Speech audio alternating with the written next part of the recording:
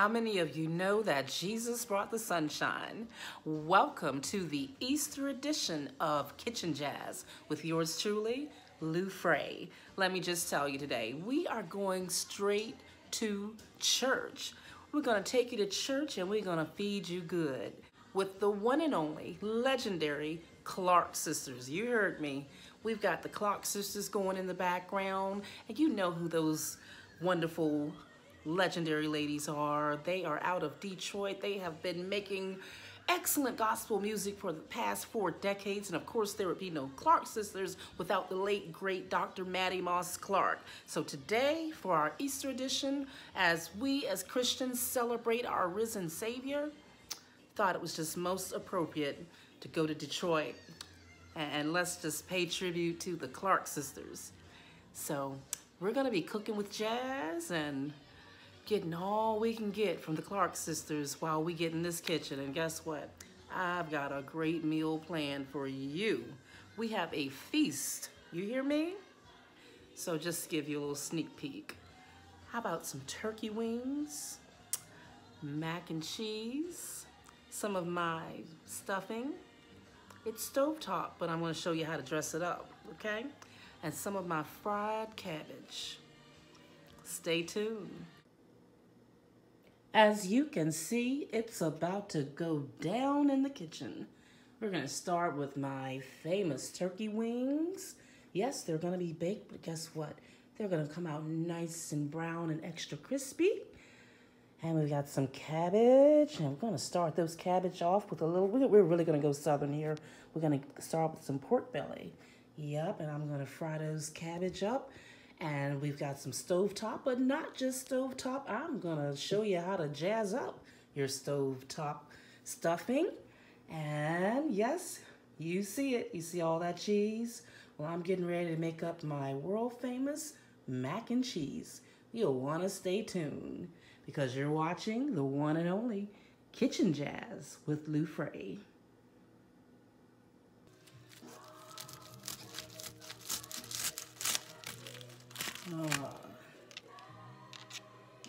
Just enjoying the Clark sisters.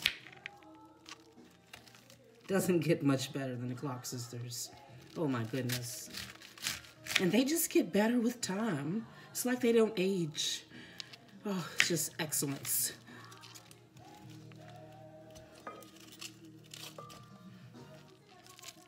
Cabbage is a soul food staple. You can steam cabbage, use it in stir fries, or just do what I'm gonna do today. I'm gonna cook it with a little bit of the oil from the pork belly. Now that's not the healthiest way to prepare cabbage. I could do it with turkey bacon, or just do it with no meat at all. Again, I'm just doing a little extra since this is Easter, so I'm pulling out some of my southern staples. We won't prepare our cabbage like this all the time. So just every once in a while, we give ourselves a little treat. So that pork belly is really gonna set off the flavor of this cabbage. You know, cabbage can be very hard to season sometimes, but oftentimes I just do some garlic, pepper, a little bit of my low sodium salt, a pinch of sugar. I know that sounds weird. Just a pinch of sugar and a little bit of butter. So yes, you can totally prepare cabbage and have it be a healthy dish. Sometimes we take things that would ordinarily be very healthy and we make them very bad for us, which you could argue that that might be what I'm doing by starting with the pork belly. But don't kill me. Just a little something special for today. So we're getting this cabbage all shredded up, and pretty soon we're gonna take it to the stove.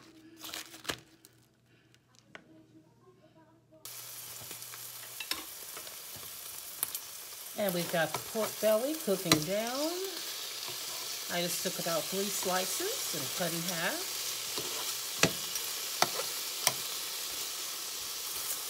It's cooking up nicely. It's gonna have a little bit of the oil forming from the pork belly. It's gonna give our cabbage a perfect taste.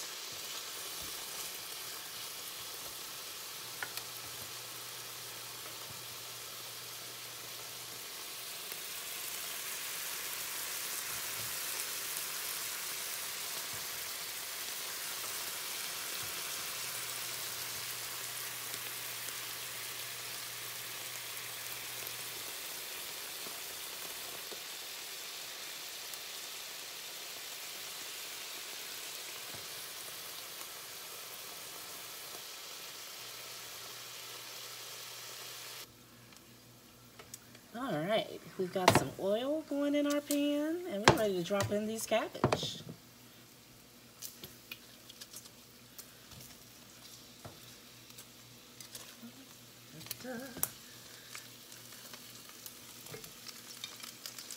And cabbage, it depends on how crisp you like your cabbage. I don't like my cabbage to get mushy. And so I just like them to saute them around for a little bit, and you know.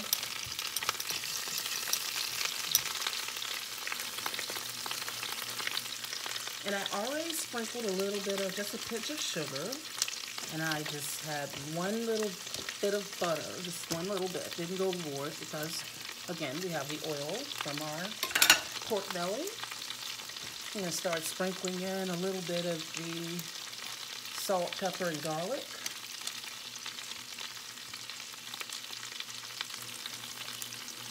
Yep, the salt, pepper, and garlic. A little pinch of sugar. I just think it takes the bitterness out of the cabbage. But you don't have to do that. That's just something I've always done.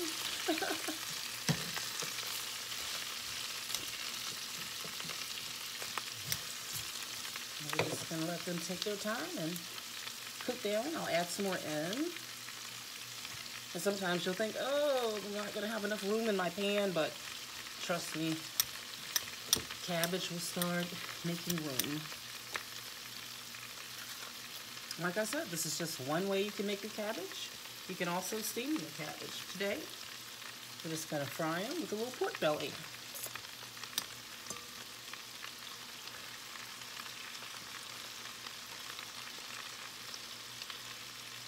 Sometimes I also cook my cabbage in a wok. It's also an excellent way to cook cabbage. Just going to keep moving these around so that it cooks evenly.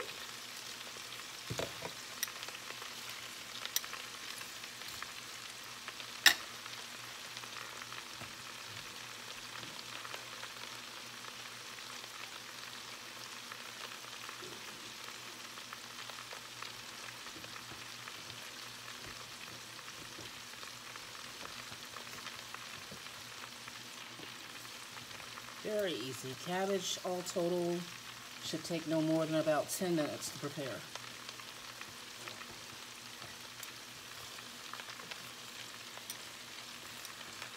Okay, we'll check back in on the cabbage in a little bit.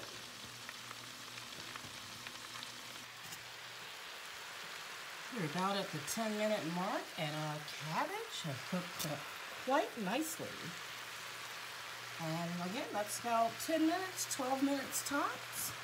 And look at here, we've got cabbage. And yes, you see that pork belly seeping through. All right, we are done.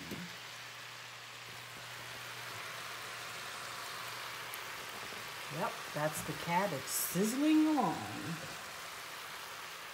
ready for consumption.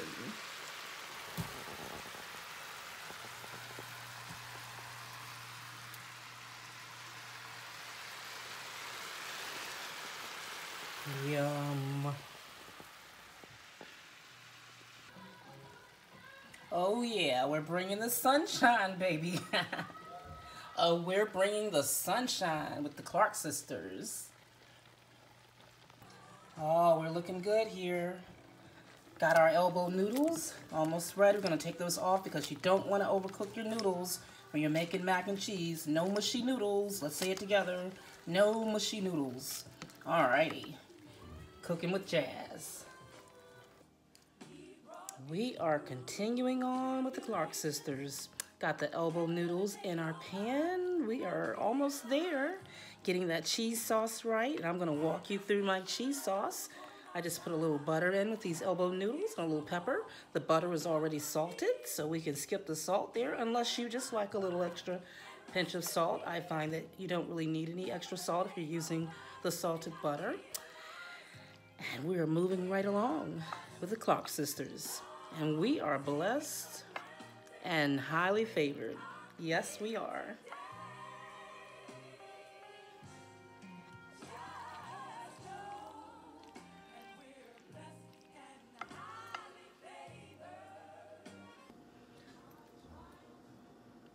All right, the magic is about to happen. We are starting the process of making our cheese sauce. I have just a little under a quart of milk already in my pot. And now I will start with the magic that goes into making the cheese sauce that really makes the mac and cheese what it is. A little more butter. I already put a little butter in with the noodles. So put a little butter in with the milk. Now, I have some Velveeta cheese, some Gouda, and some sharp cheese, extra sharp actually, to go on my top layer. But the Velveeta and the Gouda will go in the milk for the cheese sauce. And yes, we're going to be very liberal with the cheese. So, yep. Let's go ahead and get that in there. Put in a few of our blocks of Gouda. Gouda, it just adds that, it just sets it off. I love Gouda cheese. And this cheese has been aged for 3 months. And once you start using Gouda in your mac and cheese, if you're not already, you'll never cook it again without Gouda cheese. So this is going to take a while, maybe like 20 minutes, if that, to get to the consistency that we want. So there you have it.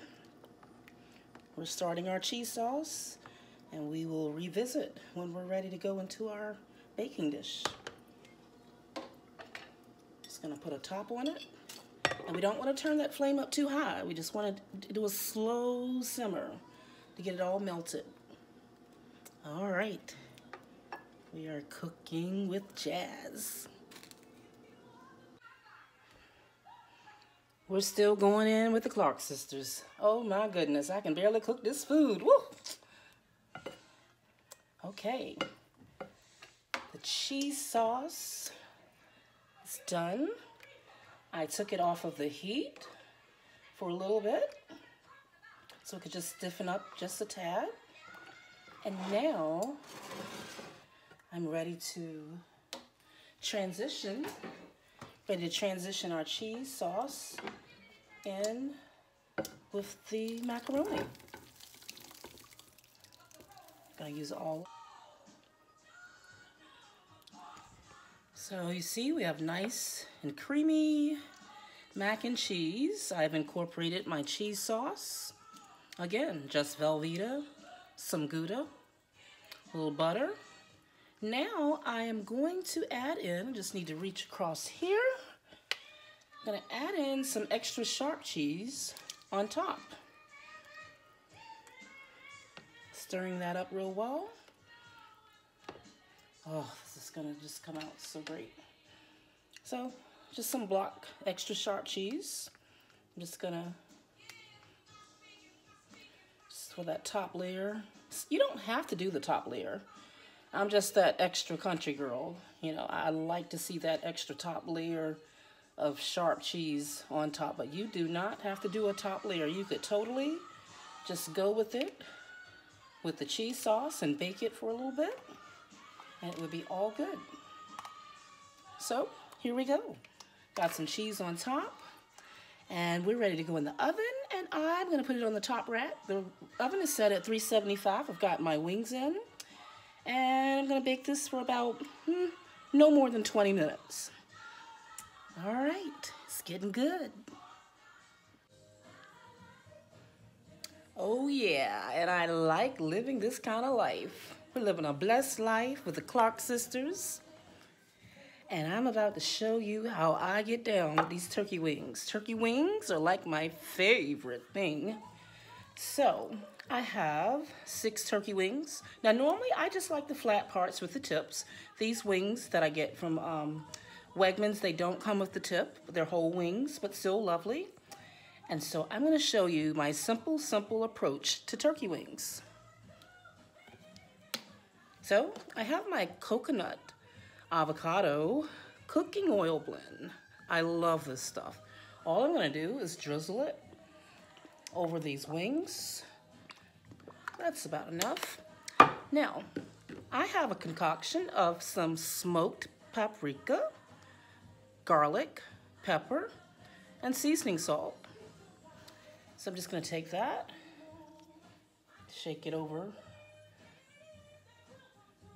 Yes. Now, I'm gonna rub these babies down. You gotta rub them down. And they come out so nice and brown and crispy. Really simple. Yeah, and you don't have to use that. You can use some olive oil, and if you just have some regular vegetable oil, canola, whatever, but I just really love this coconut avocado blend. I love it. I use it for a lot of things I prepare. I might put a little bit more seasoning, just a little bit. And the smoked paprika, ooh, if you don't have smoked paprika in your life, you need to get it in your life. Okay, finish rubbing these down. And I have my oven already set to 375 because I'm gonna put these wings on the bottom and my mac and cheese on the top. Give my hands a wash here.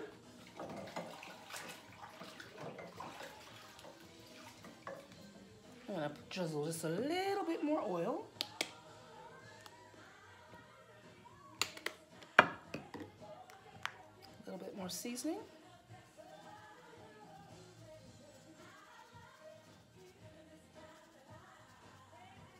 Okay, give them another nice little rub down.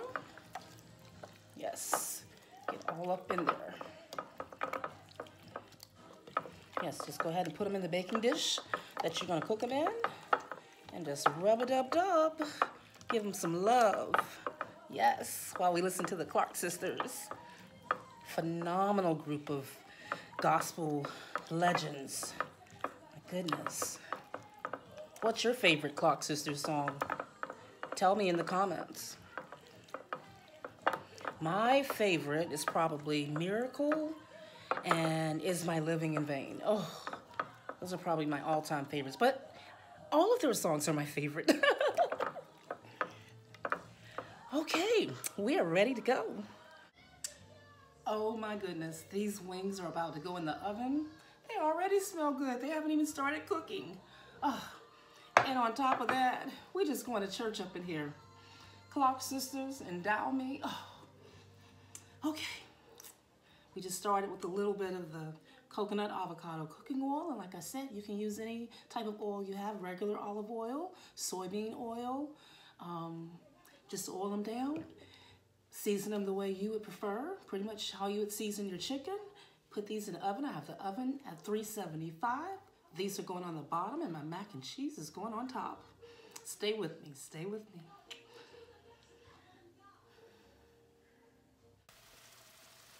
And it's almost time to take this mac and cheese out. Ooh, look at it. Yes.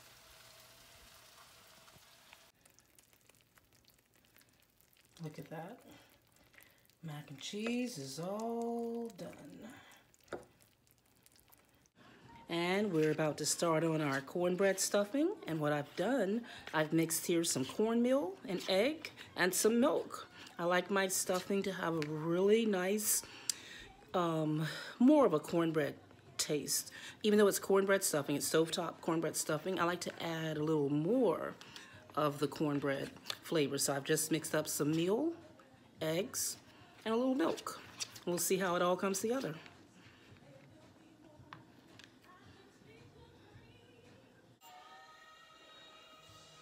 Okay, we are making the stovetop stuffing. I have some chicken broth on the stove and a little bit of butter, which has reached a boil. I'm going to pour in contents of the stovetop stuffing. Yes. Continuing on with the Clark sisters. Oh yeah. Now, I'm going to start mixing in a little bit of my cornbread mixture.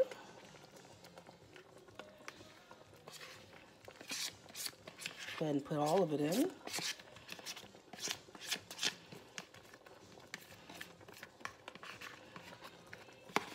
So far we just have the contents of the stovetop and my blend of the cornmeal, egg, and milk.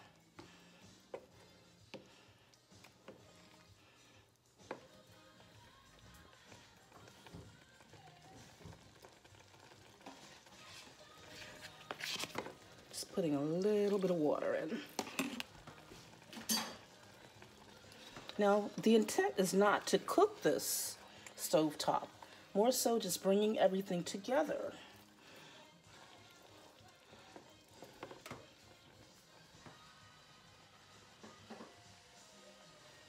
The last thing we're going to do is put in some cream of celery. Not going to do the whole can, just a little bit, about half. And that's all, folks. So what did we do? We have our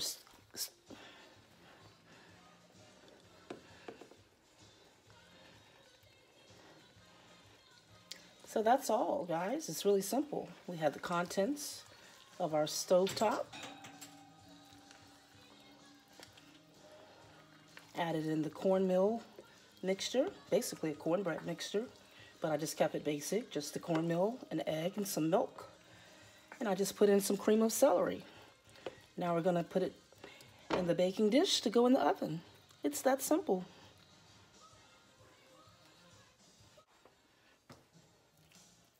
Now we've got our baking dish ready to go. Now we're ready for the oven. It's that simple.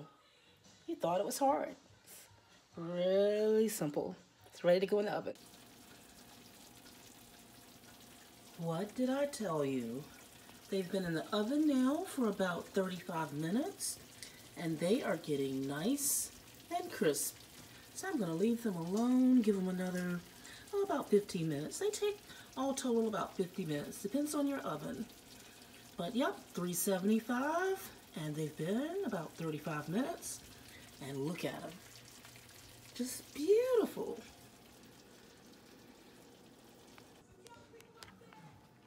Dinner is served. I'm about to call the family in to eat. I've got some gravy warming up on the stove, and everything looks marvelous. We're ready to dig into this Easter feast. Nothing like family and enjoying a great meal. And what better day to do it than on Easter? And with the Clark sisters as a backdrop. Yeah, we're about to do some good eating here. Yeah, we've got our turkey wings, mac and cheese, our stuffing, cabbage, got a little bit of dessert, just bought a cake from the bakery, some rolls, and like I said, I've got some gravy on the stove, just real simple. I took the remainder of that cream of celery, mixed it with the chicken broth, and I had another can of chicken gravy in the cupboard, so that's what we're doing for gravy. Was gonna make some homemade gravy, and I said, oh, no, hey, we'll just use what we have. Okay. It's time to eat. Happy Easter. Thank you for joining us for the Easter edition of Kitchen Jazz. We've had a great time on this journey with the Clark sisters. No better way to do it. So I hope you're having a wonderful day, going to your house of worship and enjoying time with family and having a great meal. That's how we do it. And I hope you get cooking and do it with jazz. Until next time, this has been Luefras.